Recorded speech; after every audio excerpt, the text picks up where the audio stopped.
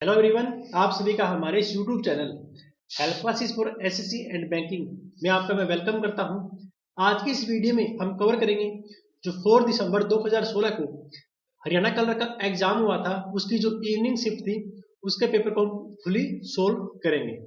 इसके अलावा अगर आपने अभी तक हमारे इस चैनल को सब्सक्राइब नहीं किया तो प्लीज आप इस तरह के बटन पर क्लिक कर हमारे चैनल को सब्सक्राइब कर सकते हैं, क्योंकि अभी आपको पता है 11 दिसंबर को जो हरियाणा कलर के एग्जाम थे वो सारे खत्म हो जाएंगे।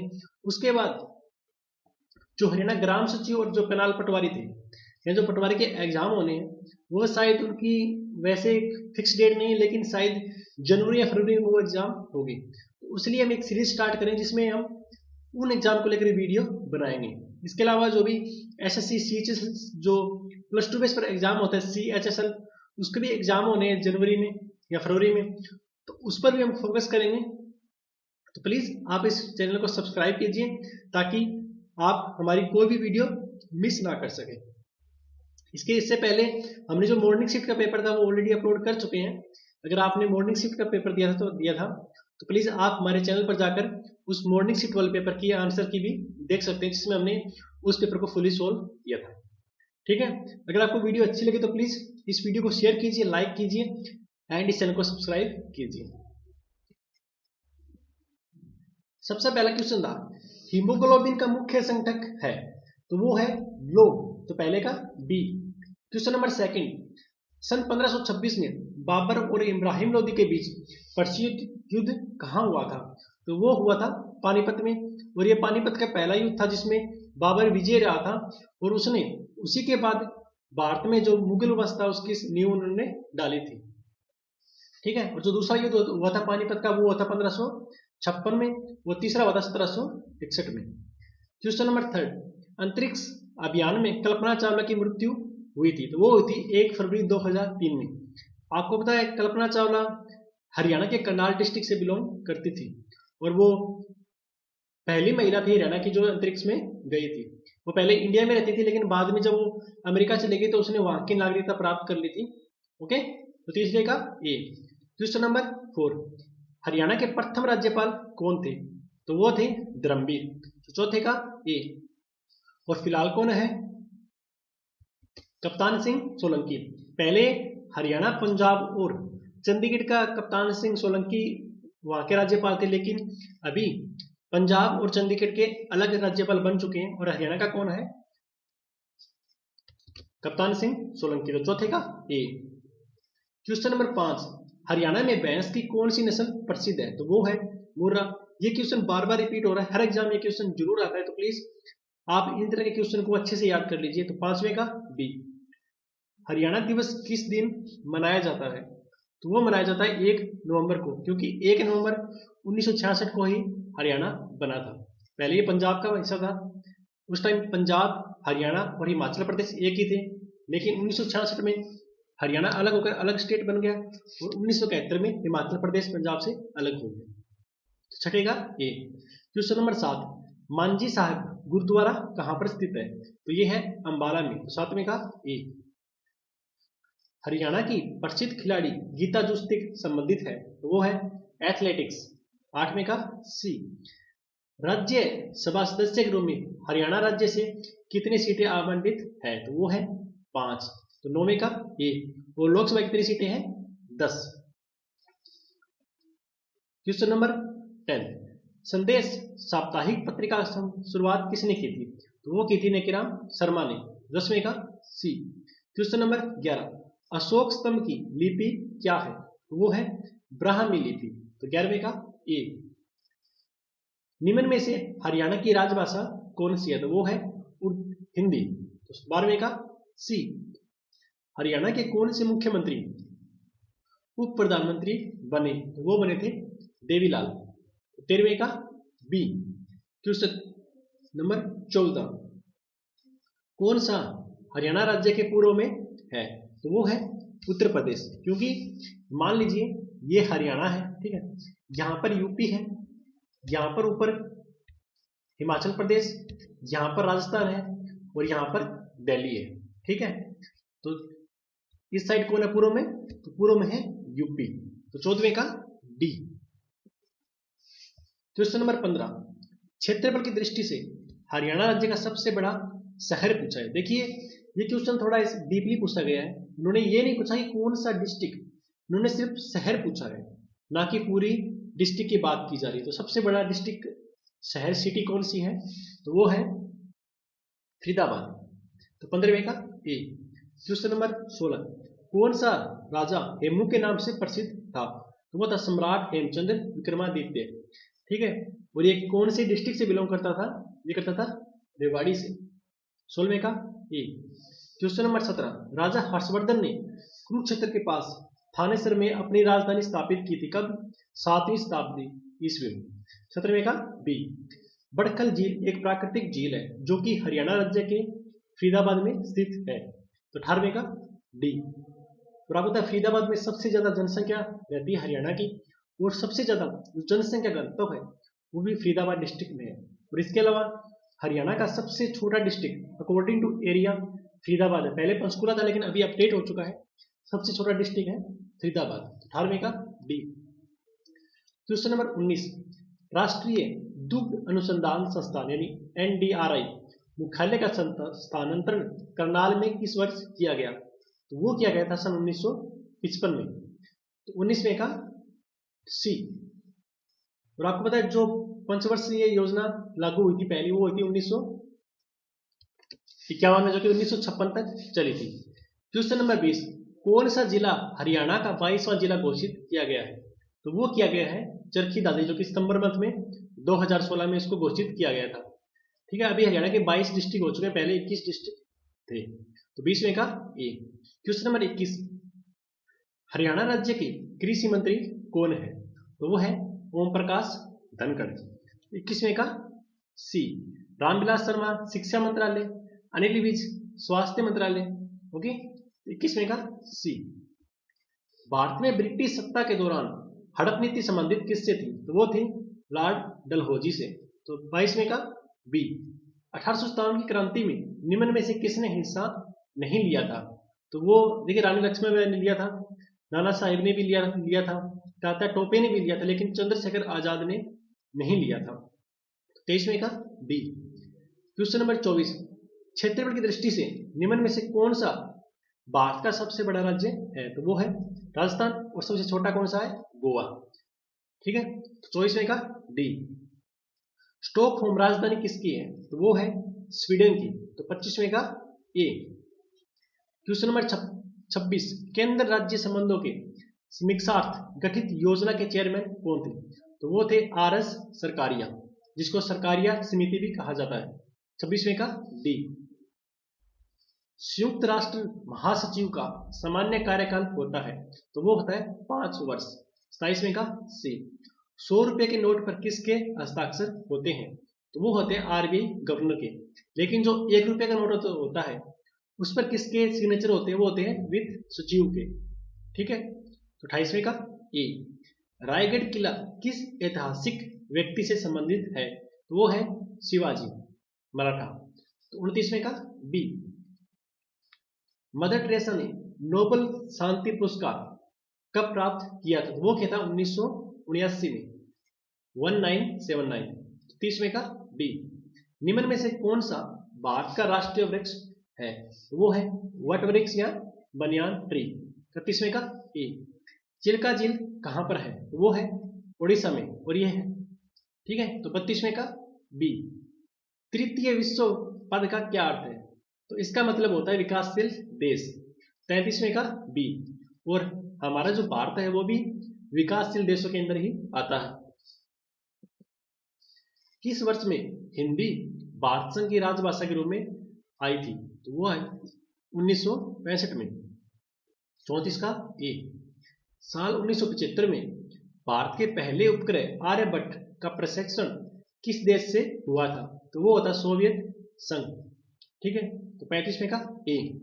ग्रैंड स्लैम पद किस खेल से रिलेटेड है, तो वो है लॉन टेनिस से। 36वें का सी। रंगास्वामी कप संबंधित है वो किसे। 37वें का बी। और आपको पता है भारत ने आज तक सबसे ज्यादा जो गोल्ड मेडल जीते वो हॉकी के अंदर जीते हैं, और सबसे लास्ट जीता था भारत ने 1980 में, जो कि रूस की राजधानी मॉस्को में हुआ था। तो 37वें का बी। डोल्ड्रम्स पट्टा कहां पर स्थित है? तो वो है भूमध्य रेखा के स्थित यानी नियर द इक्वेटर। 38वें का ए, निम्न में से किस ग्रह का एक भी प्राकृतिक उपग्रह नहीं है? तो वो है शुक्र। 39वें का डी, और आपको पता है शुक्र को सुबह का तारा या सांझ का तारा भी कहा जाता है, और सबसे ज्यादा जो चमकीला ग्रह है वो भी शुक्र है। ओके, क्वेश्चन नंबर 40, दक्षेक्ष यानी सार्क का स्थायी सचिवालय कहां पर है? तो वो है काठमांडू, जो कि नेपाल की राजधानी है।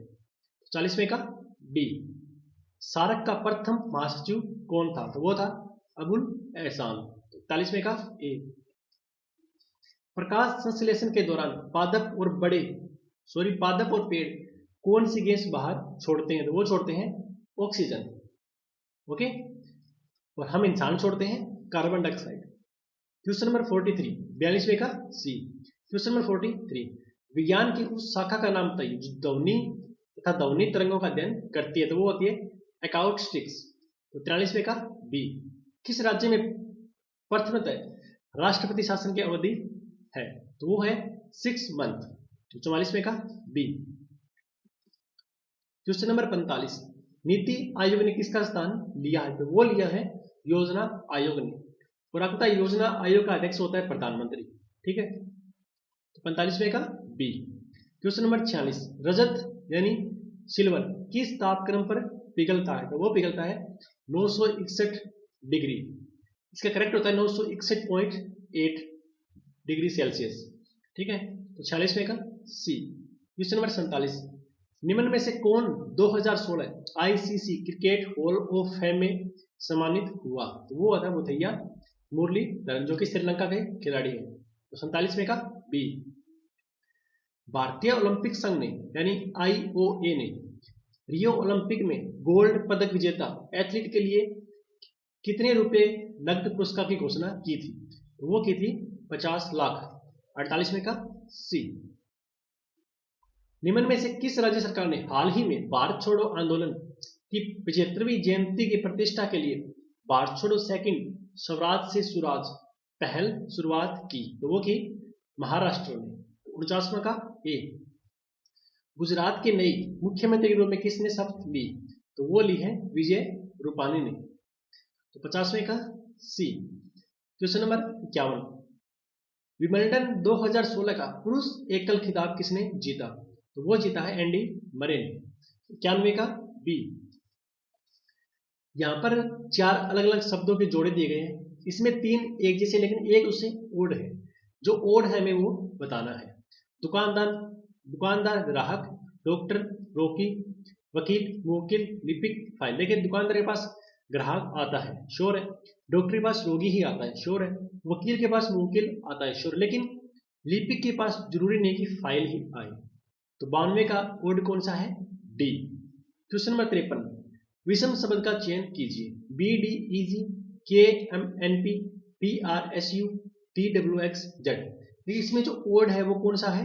डी। और ये क्यों है? क्योंकि देखिए पहले में बी के बाद सी डी, बीच में एक अल्फाबेट का गैप है। के एल एम इसमें भी एक का गैप है। पी क्यू आर इसमें भी एक का गैप है। लेकिन टी यू वी डब्ल्यू इसमें 2 का गैप है। इसमें ओड कौन सा होगा? Part D. 53वें का डी। क्वेश्चन नंबर 54, यहां पर एक सीरीज दी है 2, 6, 18, 54 में 8वां पद कौन सा आएगा? देखिए इसमें क्या चल रहा है? इसमें चल रहा है मल्टीप्लाई बाई 3, 2 3 6, 6 3 18, 18 3 54, 54 3 ऐसे ये चलता जाएगा, और लास्ट में जो 8वां पद आएगा वो आएगा 4374। 54वें का बी।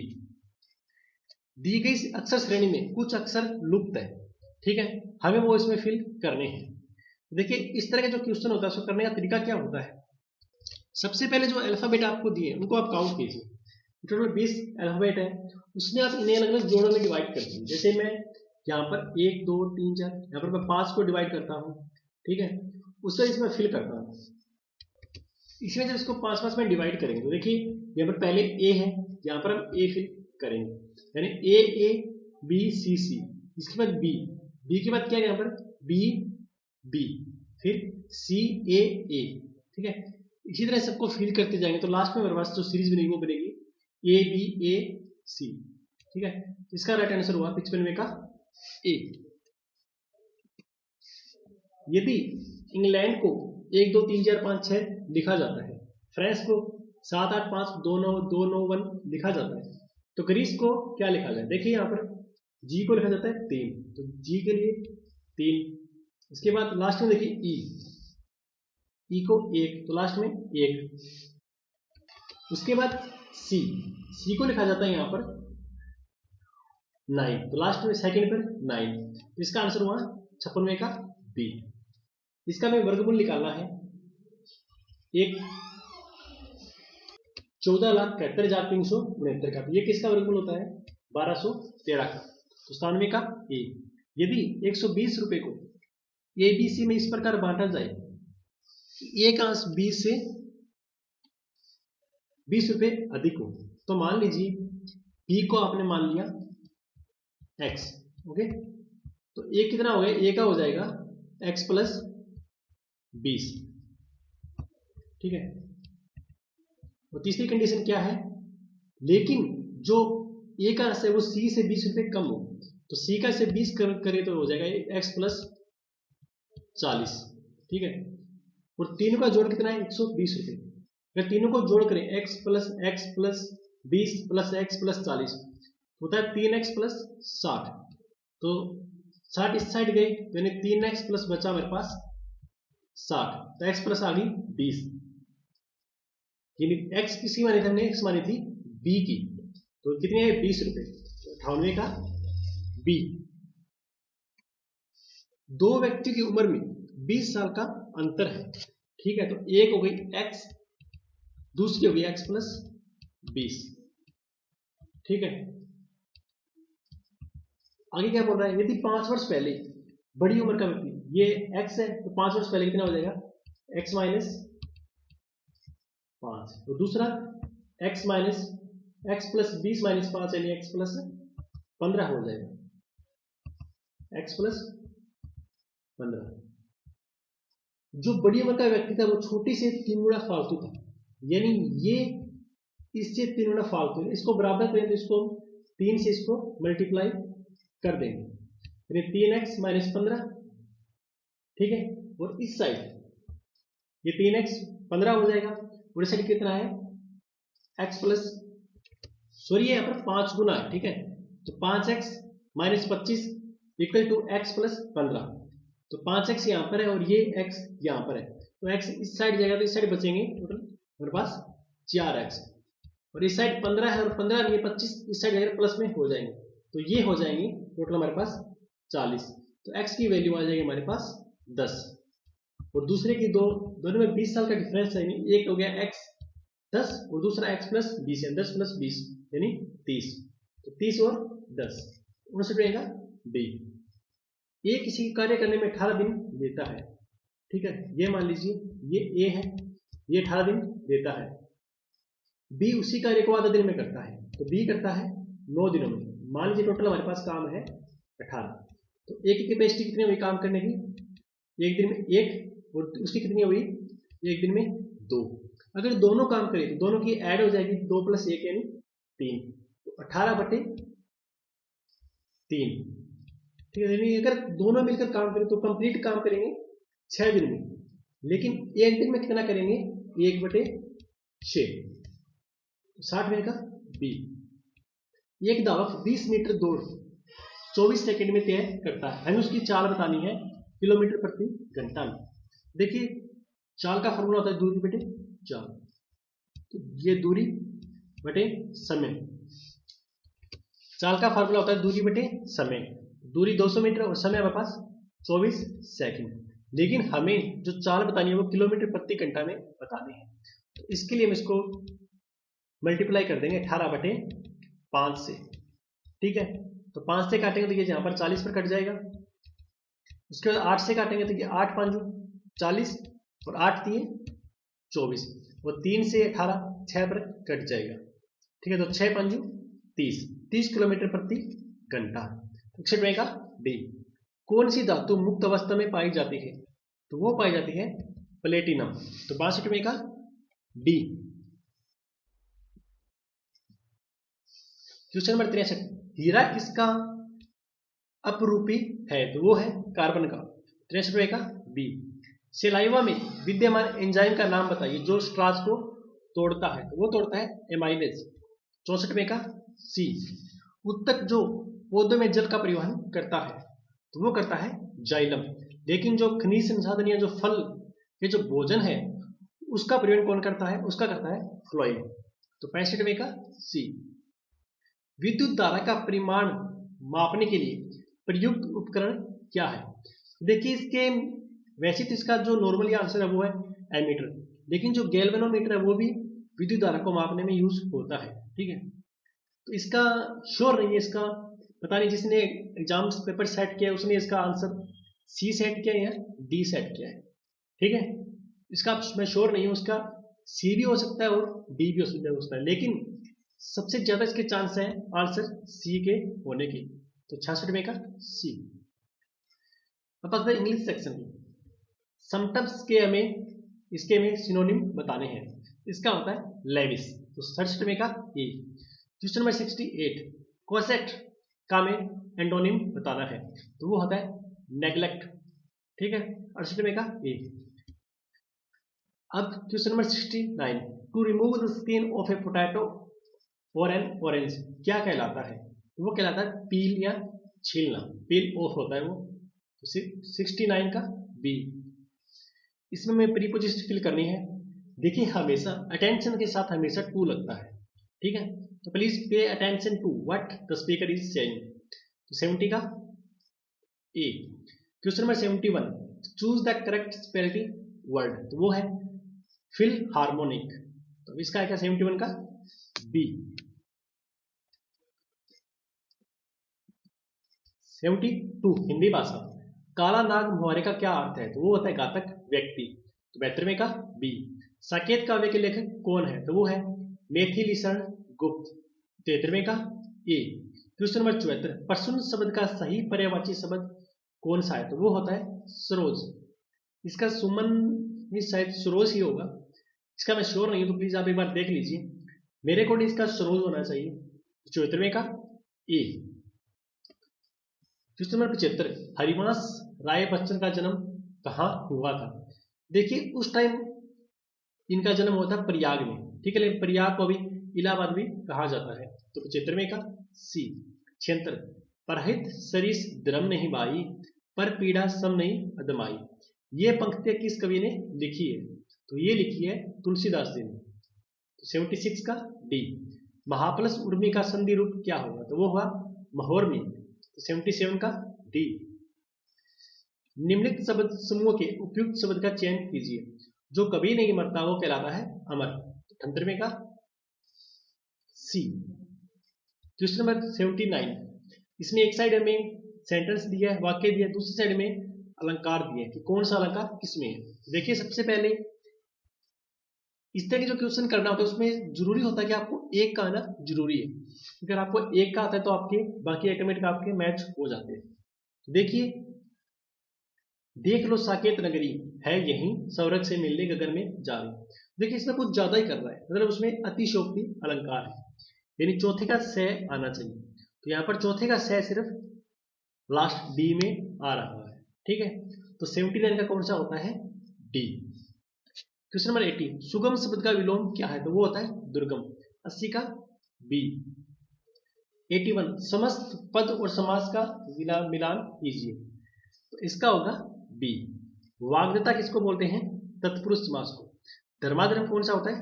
द्वंद्व समास। सप्ताह कौन सा होता है? द्विगु समास। कमल नयन कौन सा होता है? कर्मधारय समास। तो 81 का बी।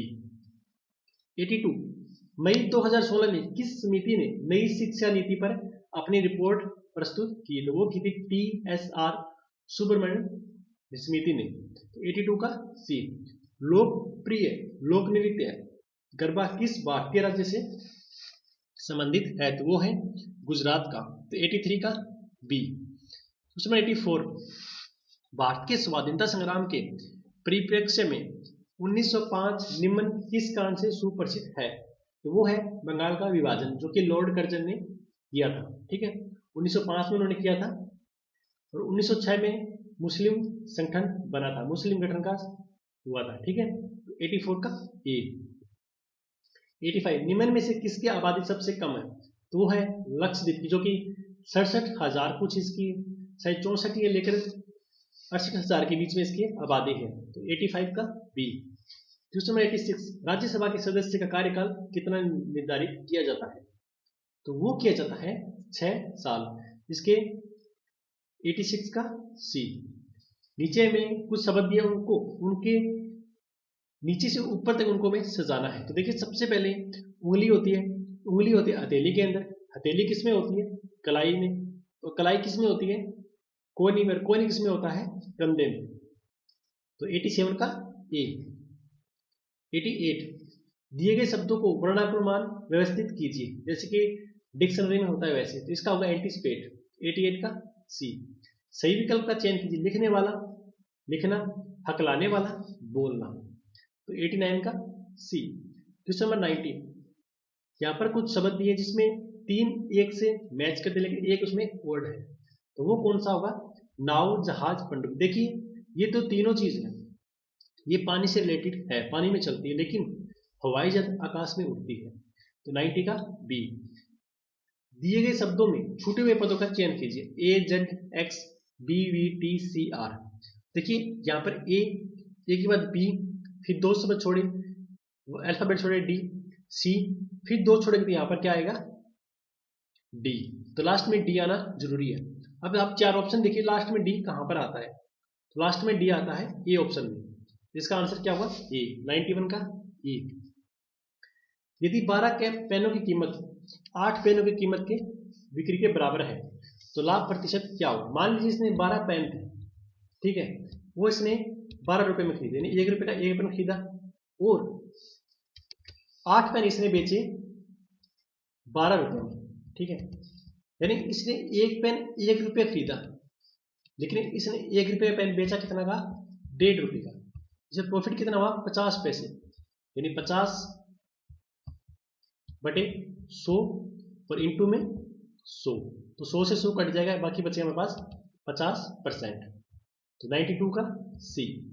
5 वर्ष पूर्व Q तथा Q की उम्र का औसत वर्ष 15 था, तो टोटल हो गई 5 वर्ष पूर्व उनकी 30 साल।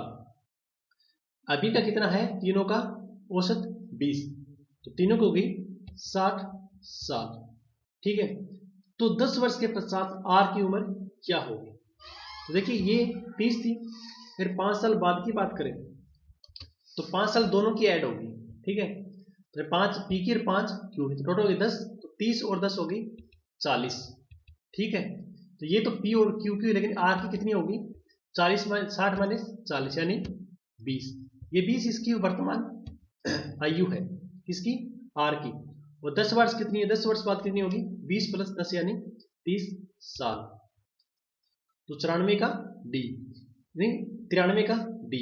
क्वेश्चन नंबर 94 वह बड़ी से बड़ी संख्या क्या है जिसमें 1661 तथा 2045 को विभाजित करने पर किए जाने पर क्रमश में 10 तथा 13 शेष बचते हैं?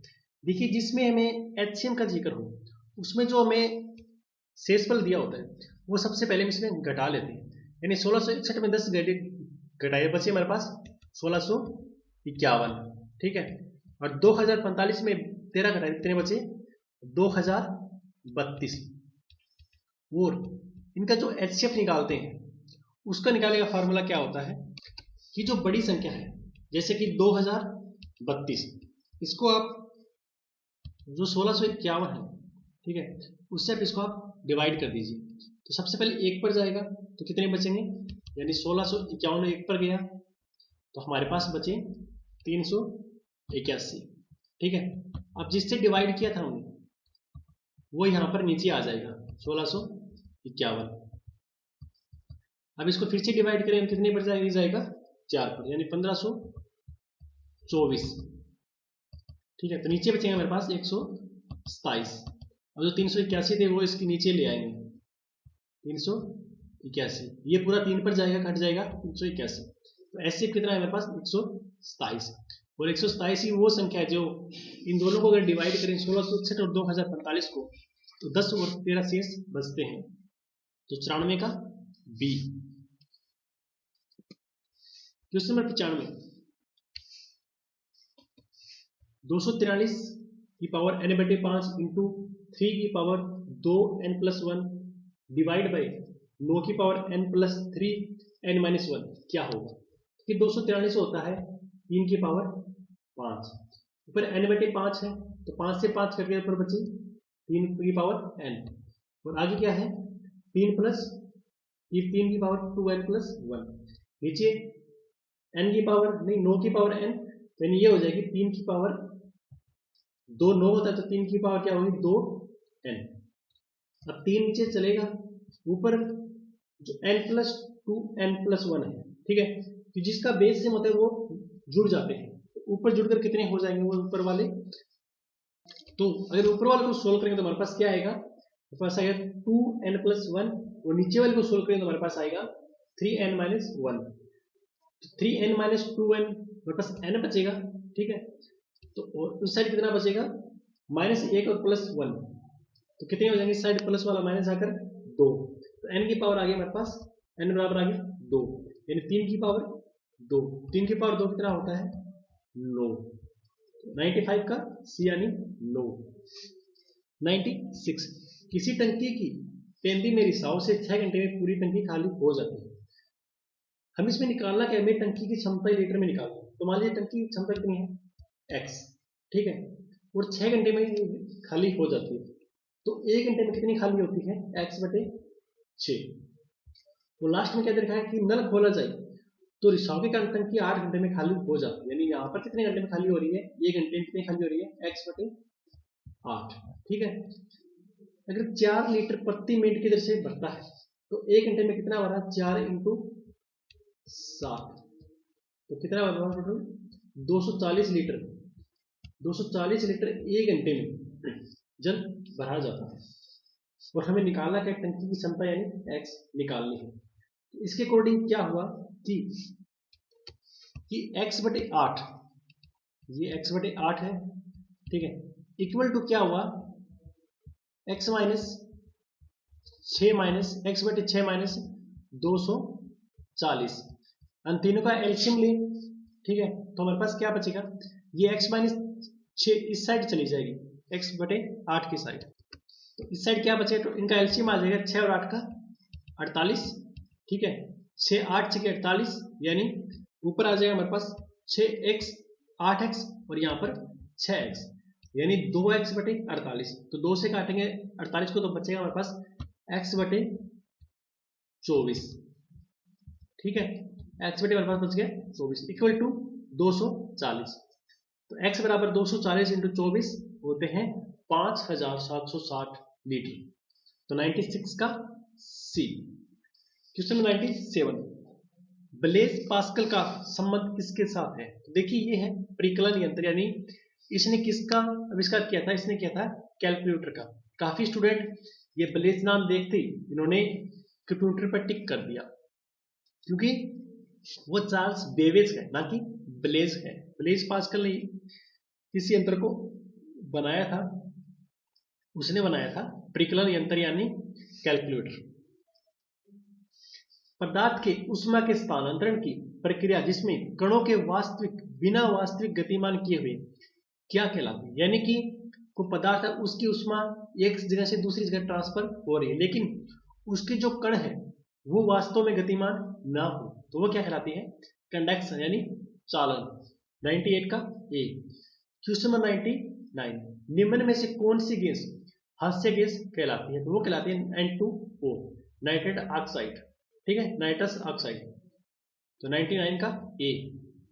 क्वेश्चन नंबर 100, शरीर का तापक्रम कम करने के लिए किस औषधि का प्रयोग किया जाता है, तो वो होती है एंटीपायरेटिक्स यानी जवरनाशी, तो 100 का ए। तो ये था जो 4 दिसंबर 2016 का जो इवनिंग शिफ्ट का पेपर था, उसको मैंने आज इसकी वीडियो में फुली सॉल्व किया।